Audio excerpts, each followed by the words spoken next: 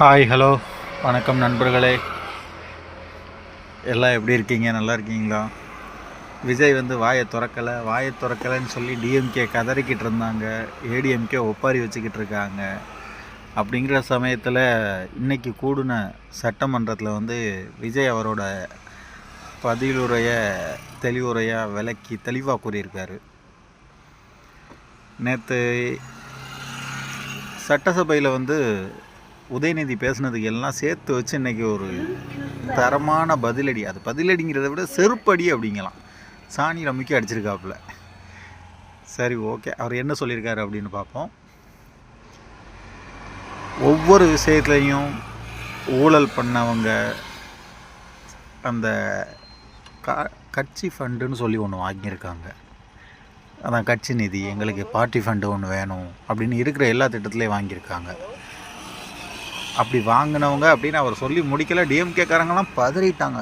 உடனே உதயநிதி அப்படியெல்லாம் யார் சொன்னா, எப்படி சொன்னாங்க அப்படிங்கிற மாதிரி பேசிட்டு, ப்ரூஃப் இருக்கா, ஆதாரம் இருக்கா, அது இருந்தால் அவர் பேசலாம் அப்படின்னு சொன்னாங்க. சோபாவில் உள்ள பணம் வச்சு கொடுத்ததுக்கு ப்ரூஃப் இருக்கா அப்படின்னு எதுக்கு இருக்கவங்க கேள்வி கேட்டவுடனே இங்கே ஆஃப் ஆகிட்டாங்க. வேறு வழி இல்லை, அவங்களுக்கு பதில் சொல்ல முடியலை. உடனே விஜய் கோவத்தோட உச்சிக்கே போயிட்டார். என் பேச்சேடா தடுக்கிறீங்க அப்படின்னு சொல்லிட்டு அவர் ஒரே டைலாக்கில் முடிச்சிட்டாரு.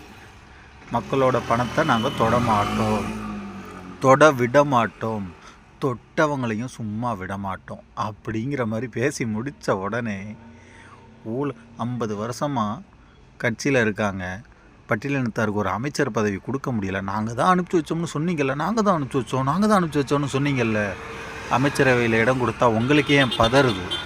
ஏன்னா திருப்பி உங்ககிட்ட கேட்டுருவாங்கங்கிற பயமா? இங்கே யார் ஒவ்வொரு இடத்துலையும் தொட இதில் ஊழல், அதில் எல்லாத்துலேயும் ஊழல், இவ்வளோ ஊழலை பண்ணி வச்சுருக்காங்க.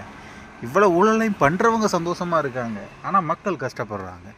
எங்கள் ஆட்சியில் நாங்கள் அதை நடக்க விடவே மாட்டோம் அப்படிங்கிற மாதிரி விஜய் பேசியிருக்காரு. விஜய் இனிமேல் ஊழல் பண்ண விட மாட்டோம், தொட்டவங்களையும் சும்மா விட மாட்டோம் அப்படின்னு பேசிக்கிட்டு இருக்கும்போதே டிஎம்கே கதற ஆரம்பிச்சிட்டாங்க. டிஎம்கே கதறல் எப்படி இருந்துச்சு அப்படின்னா, விஜய் பேசிக்கிட்டு இருக்கும்போதே வெளியே கிளம்பி போக ரெடி ஆகிட்டாங்க. இடையிலே அவங்க என்ன பண்ணாங்க அப்படின்னா,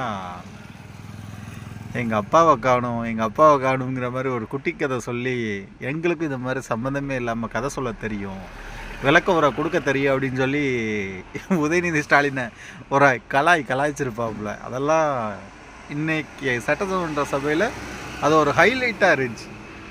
ஆனால் இவங்க கதறதை பார்க்கும்போது மனசுக்கு அவ்வளோ சந்தோஷமாக இருக்குப்பா. நேரில் பார்க்க முடியலையே.